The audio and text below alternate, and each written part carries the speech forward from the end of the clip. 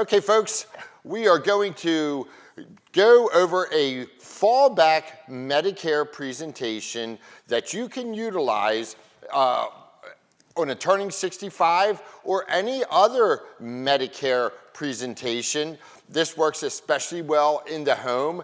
I will be referencing the Medicare and You, book, the CMS or the Medicare provided Medicare and You book for 2025.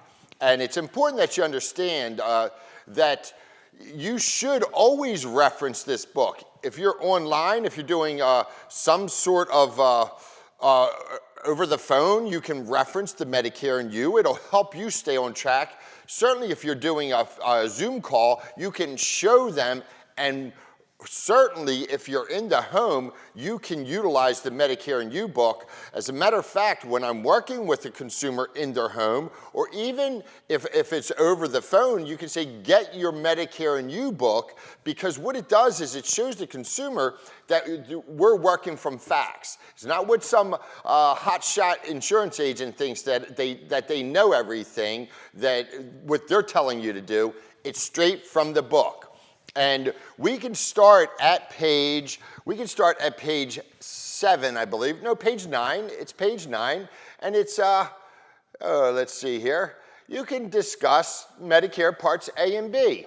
And of course, Part A is your inpatient and Part B is your other services, home health care. It tells you right there, doctor, specialist, therapy, home health care, whatever, outpatient, durable medical equipment.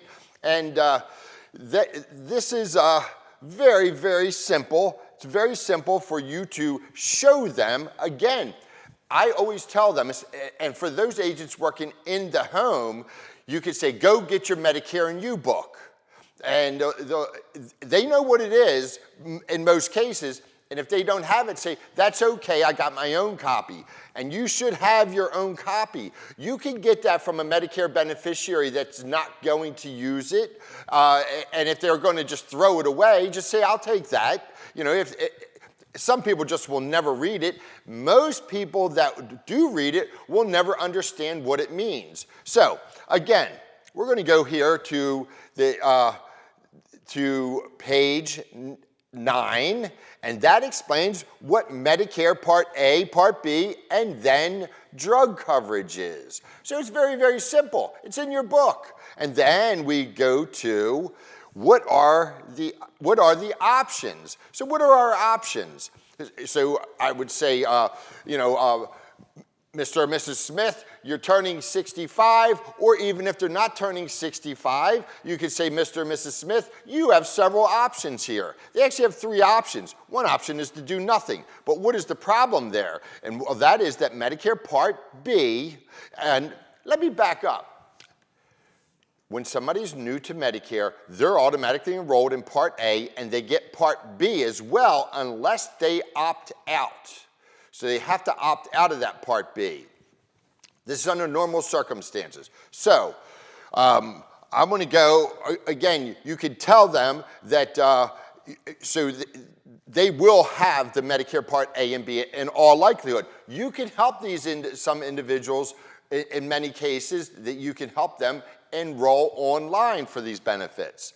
But we're going to go to what are your options. Again, option 1 is that they do nothing. What's the problem with doing nothing? Well, the Part B of Medicare is a 80-20 with no out-of-pocket maximum. And remember, that's a outpatient, durable medical equipment specialist, therapy, all those things are outpatient. So they could ring up quite a bill with that cost there to Part B.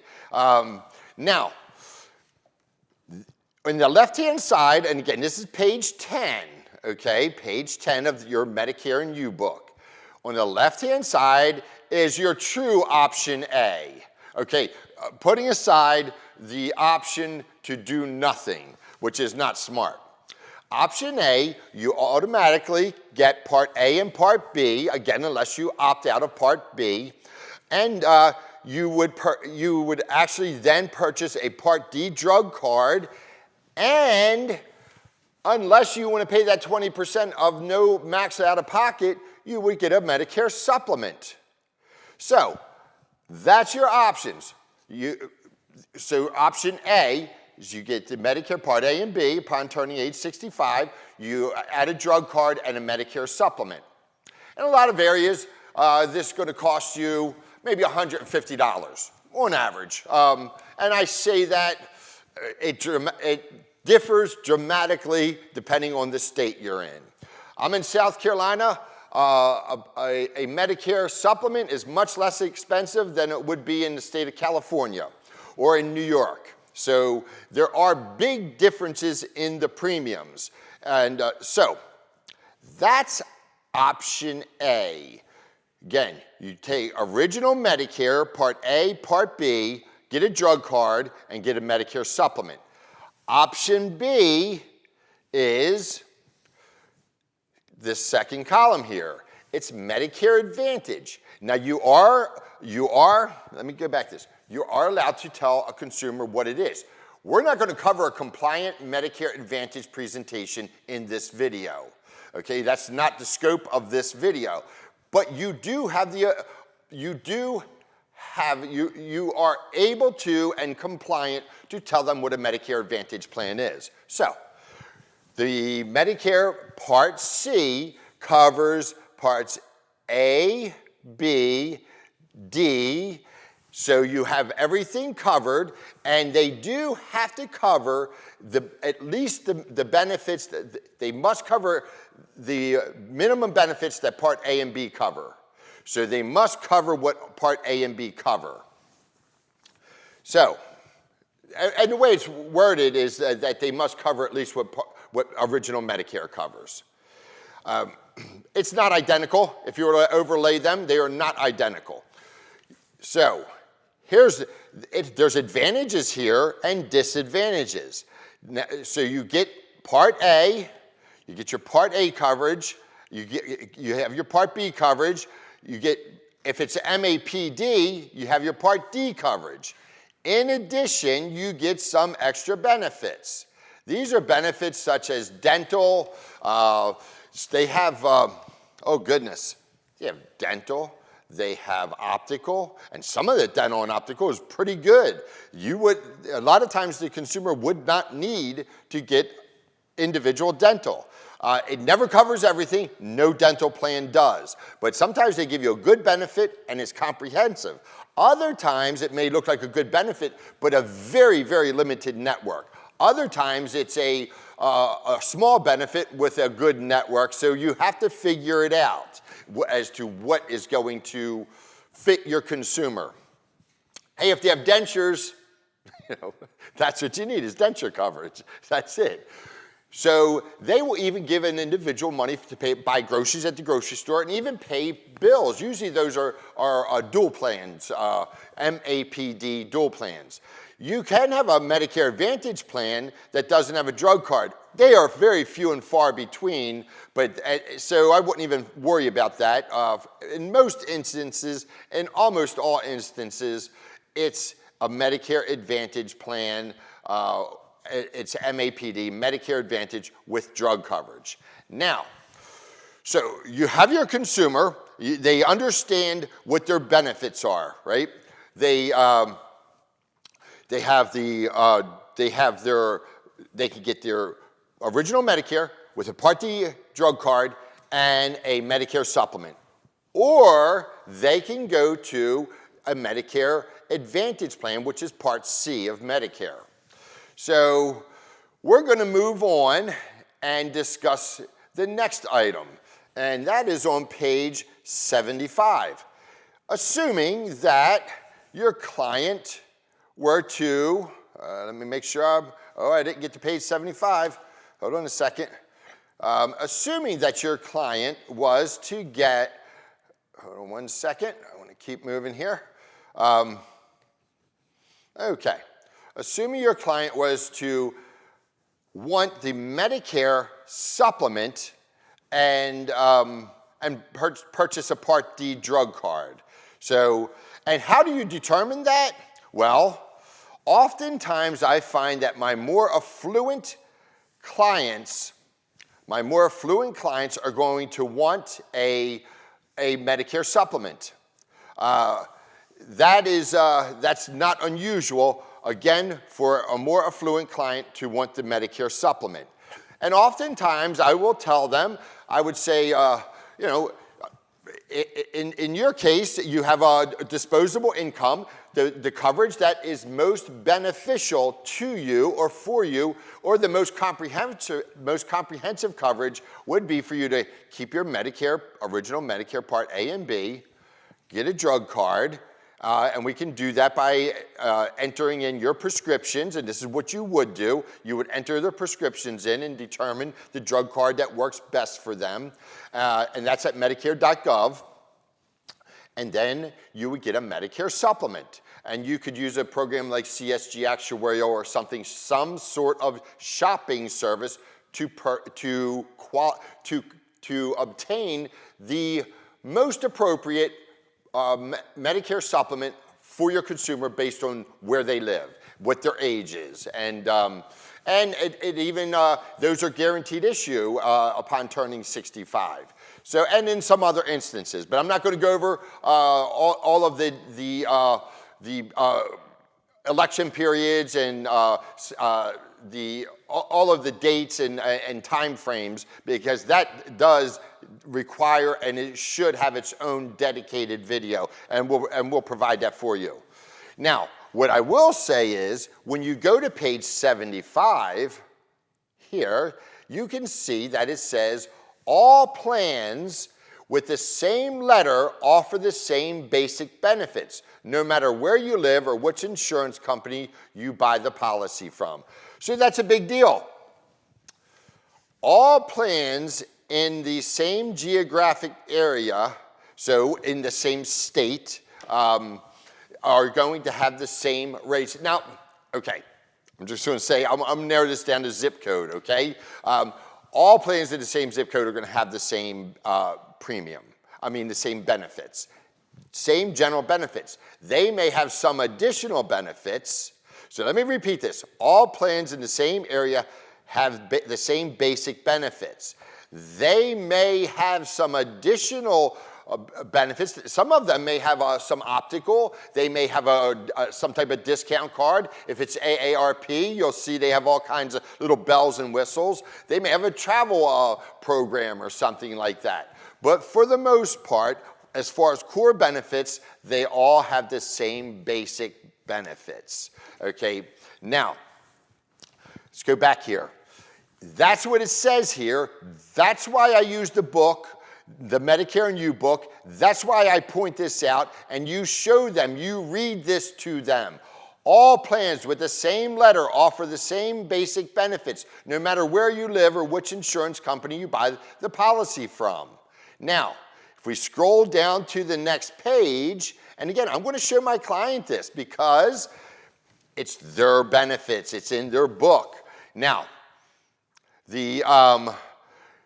typically, an individual, and I won't say this is always the case by any means, because a lot of people like what they call plan ends. There's different reasons for different plans, but oftentimes, and we're going to use, for example, for this video, a plan G. I can go here and I can say, so based on what we've discussed previously, you can see the plan G has okay, so we have the plan G here, and if you scroll down, you'll see there's a blank space here. What that means is you don't have coverage. Everything else is covered except for what? That Part B deductible. So this is the only item that you as a consumer are responsible. And if we back up here, we know that all the plans with the same letter are the same, basically offer the same basic benefits. Therefore, we can go to a program, and this is the way I would show it to them. We could go to this program. It's a shopping service, and what it's going to do is it's going to list the plans available to you in your geographic area, and it's going to list them based on which company has the lowest premium, and that's how we'll do it for you, is the lowest premium to the highest premium. It's going to have the plan ratings. There's a lot of information there. It has, and again, just because it's the lowest premium doesn't mean it's the best plan, okay? So it may be that your client is very familiar with United Healthcare or AARP. This happens often, and they just want that. And sometimes you got to give them what they want. Now, and there's nothing wrong with that, unless it's a plan that has had atrocious rate increase histories, and guess what? That information is included in some of these shopping programs. So it's a very simple sale for you as an agent to go from the pages 9 and 10, tell them how Medicare works. If this person is financially needy, they're probably going to need a Medicare Advantage. In that case, you would need to move towards a compliant Medicare Advantage presentation. Otherwise, if they want a Medicare supplement, and if they're more affluent, if they have more disposable income, then that may be the best bet for them. You simply would go to the page 75, 76, show them that all Medicare supplement plans of the same letter have the same basic benefits, but they may have some additional benefits, as I stated previously, and a lot of times it comes down to the difference in premium. Of course, there's claim payment history, there's ratings, there's a length of time in the market. You'll find that there are some Medicare supplements that have only been in the market for 1 year. You don't know what's going to happen. Sometimes companies come in and they're out of the market just like that. So it can be, they can make a mistake there. So you need to guide them in what's the best plan. So I would not just take them to the lowest premium and sell them the lowest premium. Now, let's move on. There are 2 other pages I want to show you, or basically there may be more than 2, but I'm going to move to these next 2. And this is, I always go over this, and this is how I determine if they don't tell me, this is how I determine if they are, how shall I say this? If they are going to be a MedSup consumer or Medicare Advantage consumer, and some other things that I may discover here. The question comes down, okay, it's page 91. Many consumers are having difficulties with the cost of medications, and that's a big deal. They can get help. Also, they can get help paying for that Part D drug card. So they can get help paying the premiums for, listen, you can eliminate the premium for a Part D drug card if you're in a certain income bracket. And I'm going to show that to you right here. So, and that's what I tell them. And I'm going to say to them, listen, I might be able to help you save a bunch of money on your drug card. And it will offset the cost of their Medicare Advantage plan as well. So, and I simply ask them, for a married person with earning less than $30,000 a year, $30,660 a year, or having resources less than $34,360. Now resources are savings, okay? So either one of these numbers, you have to meet the income qualifier and the resource qualifier. If you got more than that $34,000, you don't qualify. If you earn more than that $30,000, you don't qualify. So what's this tell me right up front? It tells me 2 things. One is that we're probably going to have a conversation about income. If we haven't had it already, we're going to have it now. And we're going to have a conversation about assets. If we haven't had it already, we're going to have it now. And this income, they might, again, at this point, disclose to us what product we need to move towards, okay? And the assets, this $34,360 in resources, this is This is going to tell us perhaps if they are a prospect to market annuities to, right? So you're an insurance agent, you're licensed to sell annuities, most or many of you are, and this is your perfect segue. So you'll ask them, is your income less than $30,660? And they'll be like, oh yeah, much less than that. Well, how about your assets? Do you have less than $34,360? And that could be in CDs, 401k, just a regular savings account. And they may say, well, I got my IRA. Sometimes they call it their IRA. I got my IRA, and you now it's like, well, how much do you have there? Well, $150,000. And where do you keep that? Oh, at the bank. Is that just in a regular? Is that in a CD or just a money market, or is it? Where is that? And they say, well, it's just in my savings account. Well, that's a darn shame, isn't it? That you have it there, because they're probably not paying you a fair rate of return. And oftentimes they'll say, yeah, I've been so worried about that, it doesn't even keep pace with inflation. And now you can segue and just tell them, listen, we can address that, but let's take care of your Medicare first. And then you go back, and you may have to come to page 91 and 92 first, and then go back to whether it's a MedSup, which is going to be page 75 and 76, or the Medicare Advantage. And again, that's an entirely different presentation.